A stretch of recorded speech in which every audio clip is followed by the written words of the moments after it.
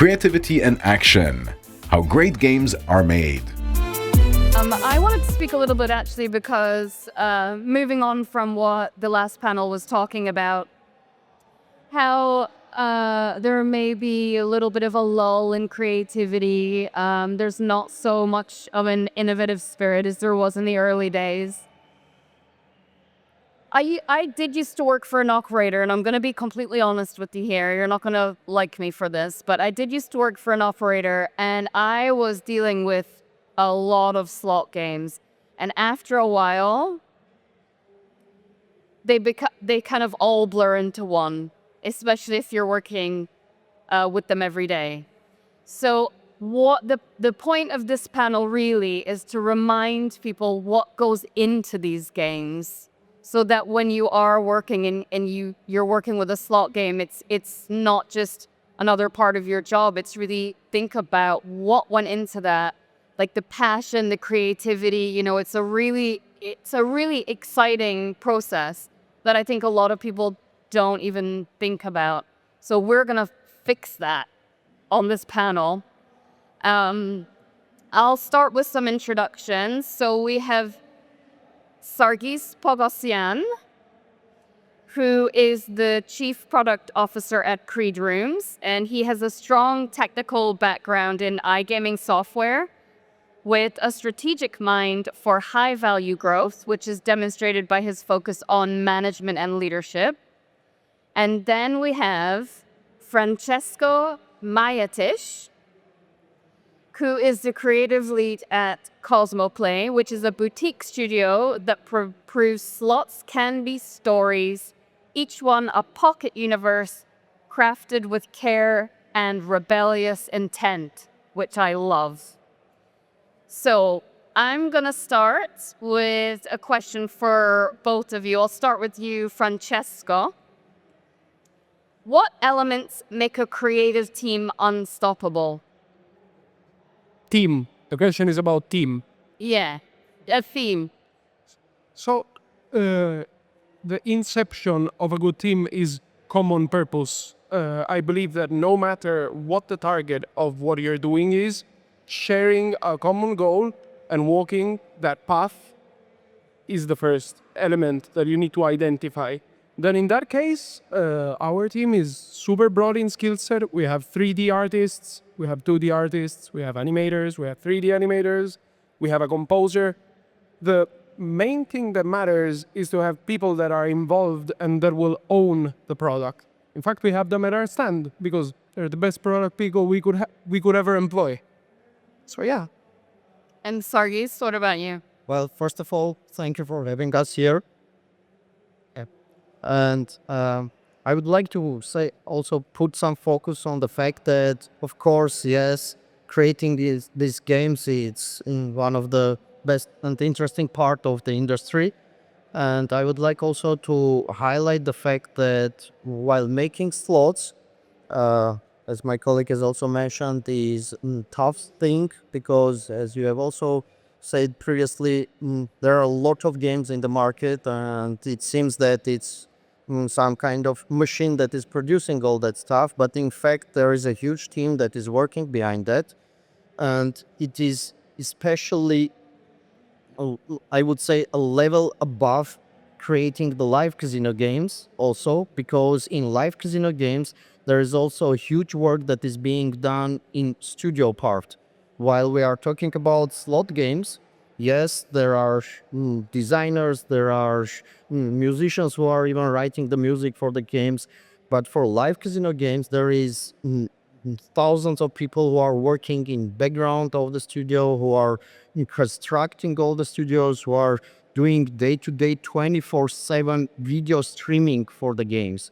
And it is a significant job that is being done background to provide the players the opportunity to feel the drive, to feel the live game and live casino environment in the online web. Okay, so what I would like to talk about is where ideas start. So I want you guys to show me when someone says, let's make a game, what happens next? And I think you're going to show us You got the buttons. Good, I'm glad somebody does. There we go. So if you want to talk us through the process from start to finish when you make a slot game. Of course. So our first step into creating an audiovisual playing product or a slot game or a crash game or whatever kind of game it might be is understanding our field of operation. So the first thing would be, where are we targeting the game to? Who is our player? We must understand what the field is in order to be effective.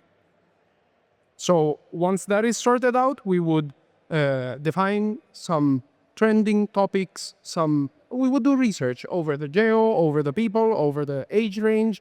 In this case, for example, this is called Combini, and the idea behind this game was setting it in a convenience shop. Asia's full of them, and some 6 months ago, all of the internet exploded with like TikToks of people going around in convenience shops. I buy ramen, I buy already cooked eggs, and all of these like unique, colorful, beautifully branded and packaged foods. So we started with that. That's our core. We're in a convenience shop.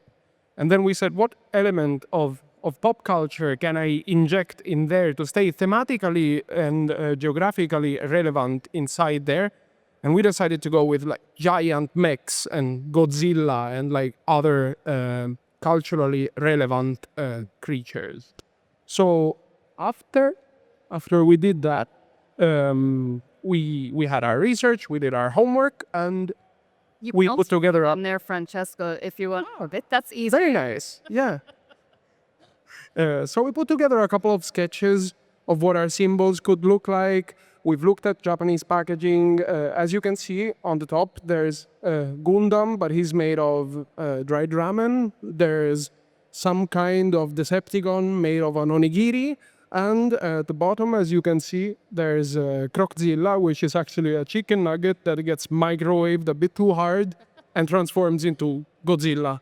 So we're doing monsters versus robots in a Japanese convenience shop. After visual indication, also known as concept, we would decide this is the way we're going into polishing, which is where things get shiny. In this case, there's 3D art in this game. This is one of our unique sales propositions. Our symbols can move.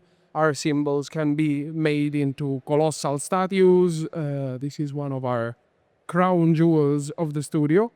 So assets would be sculpted by the whole team. The sound people would start working on gathering references and all of that.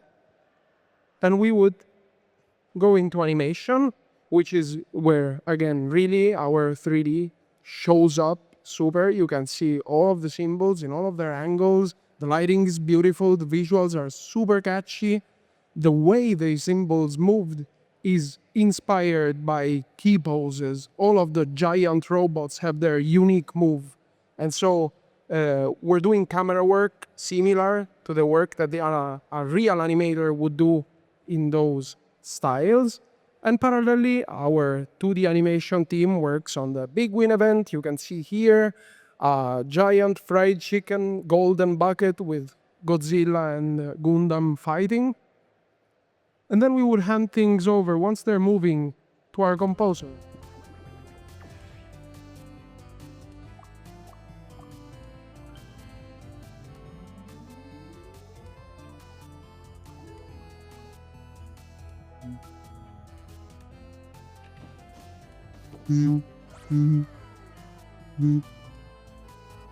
Well, the sea gonna go.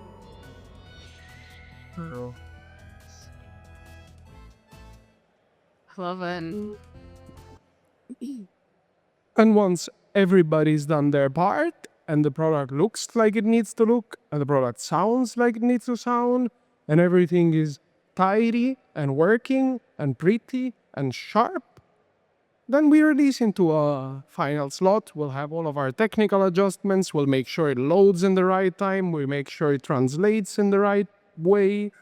And that's pretty much how we make games. It's very cool. I think when you listen to the music of a slot machine, I just don't picture a guy with a bass like at his desk. Thank you. Yes, no, that's really cool. We like to play with ridiculous ideas. I think the slot industry is very edgy about itself and like, oh no, we're the bad guys, kind of. And people are getting lost and forget that this is about having fun and not like being the weird guy in the room, etc., etc. Yeah. Things need to be fun. Exactly. Yes, it's the entertainment industry. It's true. So thank you. So I think you can pass the buttons on, and we can have a look at how you build a slot. Can you see it on the...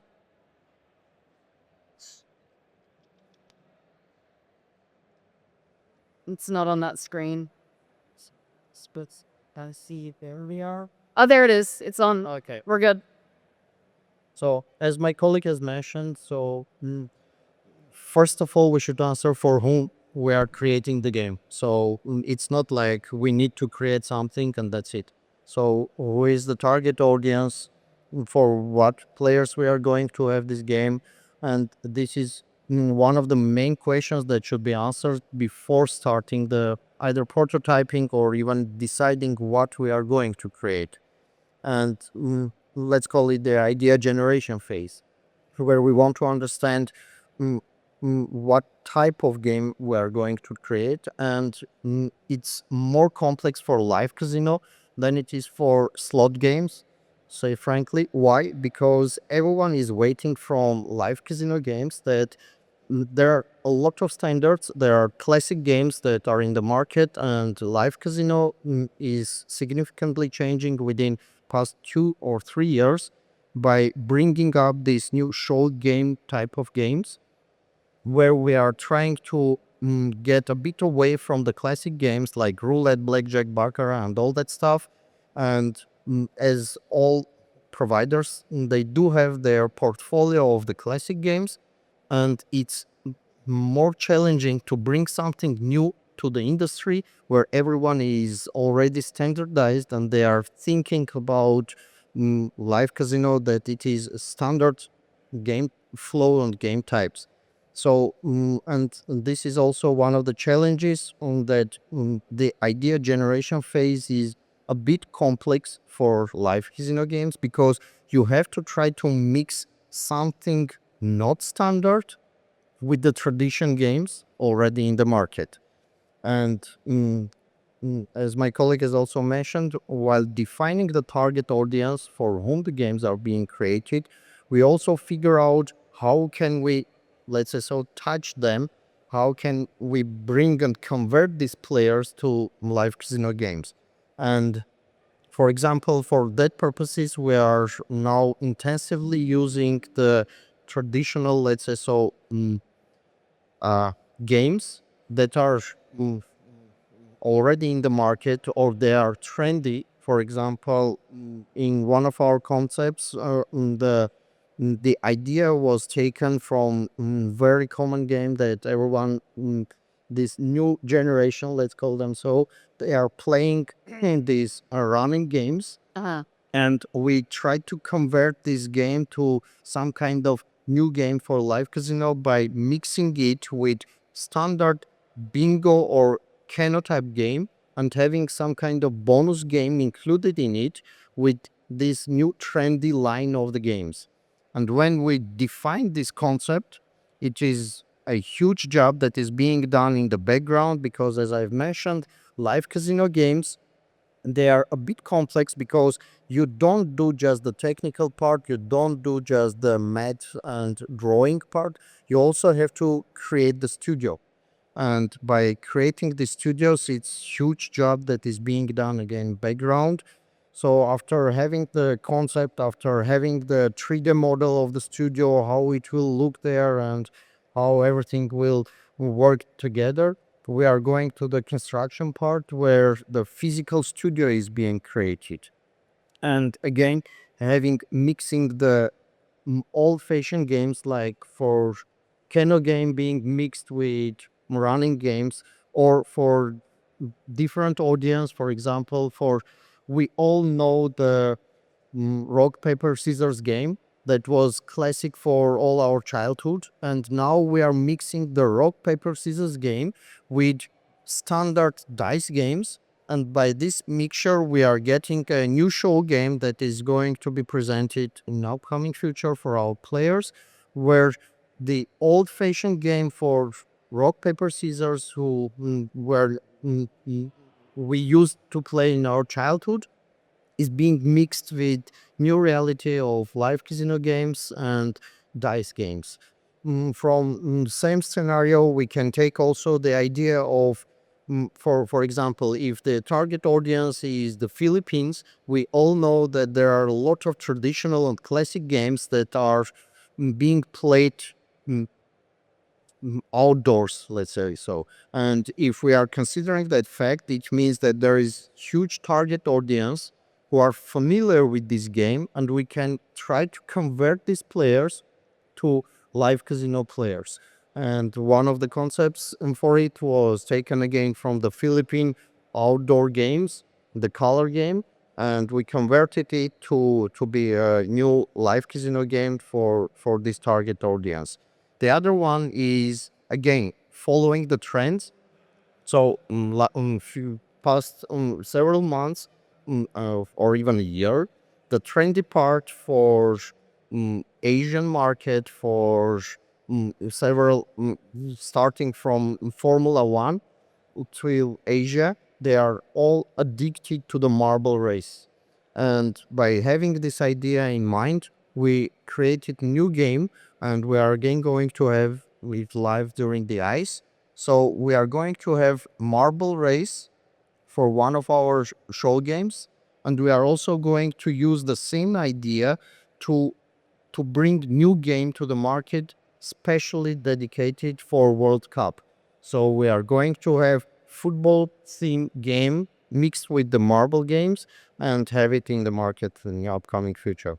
So as I have mentioned, the idea generation is not just a physical thing that we are doing. So we are taking the audience, we are taking the market, we are investigating mm, the targets, like who is going to play these, what age they are, how we want to convert them. We want to convert them to some specific game, like for example, bringing them to Keno and from Keno to bingo games, or using them as a bonus game, and all this market research, idea generation part.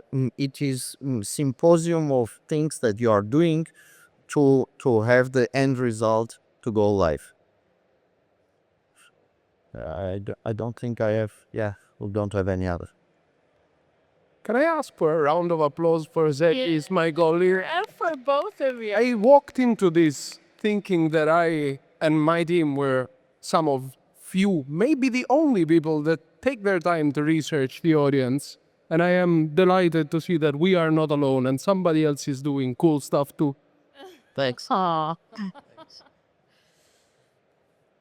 Yeah, so now that we've seen what goes into the games, and you said yourself, Francesco, like sometimes you feel like you're the only one who's really trying to make a difference out there. What do you think the future looks like for game studios and for slot games? Is there like new styles, mechanics, technologies, things like that? Well, I believe that interactions are getting quicker, and well, there's a 50-50 split here, because there are some people that believe that the user is some kind of passive robot that just wants to turn on something, set on autoplay, and just look at stuff happen, looking at the pretty animation and passivize themselves. Whereas I believe that users are going through quicker interactions, and there would be more choice and more styles of gameplay, so you would have more chains of events, more conditional events, which means that if I hit this combination, I'm presented a choice. If I hit that choice, then the game goes that way. But what if I had pressed the other button, then the game could go the other way. So from a using point of view, I am expecting games to become more broad. I would hope that we continue going ahead with user-centric design. On the other hand, in terms of technology, everybody's been hearing a lot of VR, everybody's hearing a lot of augmented reality. I think augmented reality is more similar to what we will be having. You might be familiar with Ray-Ban and eye projection devices. Now these, super interesting. I would love the idea of people imagining like there's a slot there, there's some characters there, and I get to play, but I'm not looking at a screen. I could do it anywhere, and they could interact with what's around me. So this is a bit more blue sky. But in short, more interaction, faster, flashier, more colorful. Yeah. So, how we are going to change and where we are going at this point.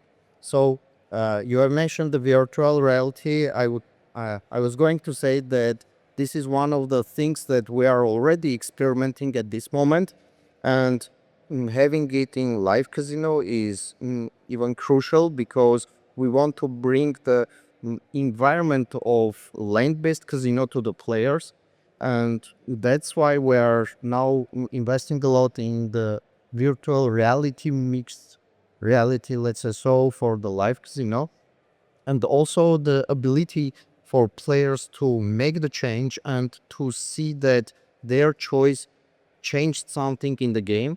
It is already in the live casino DNA. So because they are, it's not RNG, it's not predefined result, and this is also the thing that we are trying to enhance in our new upcoming show games by providing the players the opportunity to choose the path how they want to go forward with the bonus level, and also showing the opposite side what would be if they would go with the other path. And this is also providing the fairness part for the players, so they can see that part of the players went with this road and they got X multiplier, but there were players who chose the other path and they got significantly higher multiplier for their choice.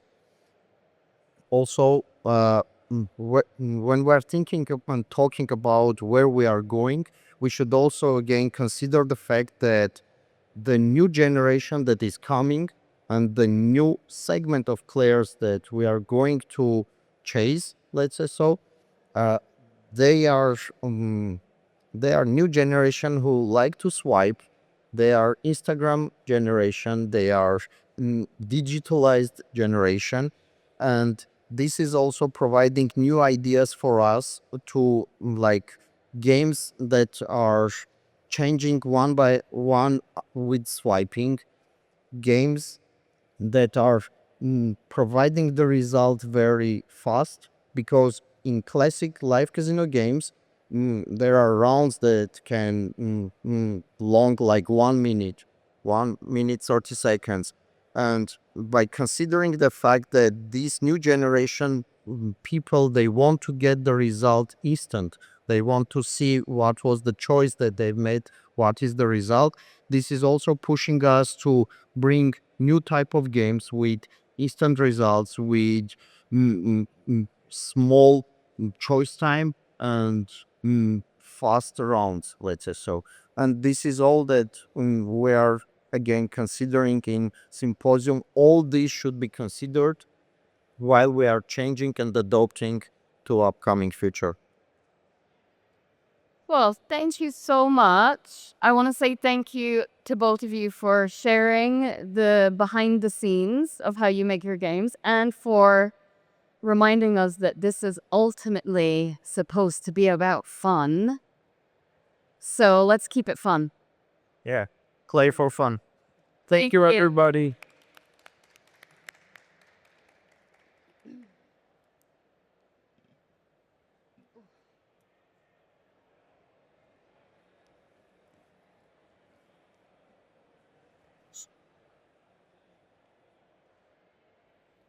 Oh, sorry, I forgot. I'm coming. Yes, well, it's a quick photo.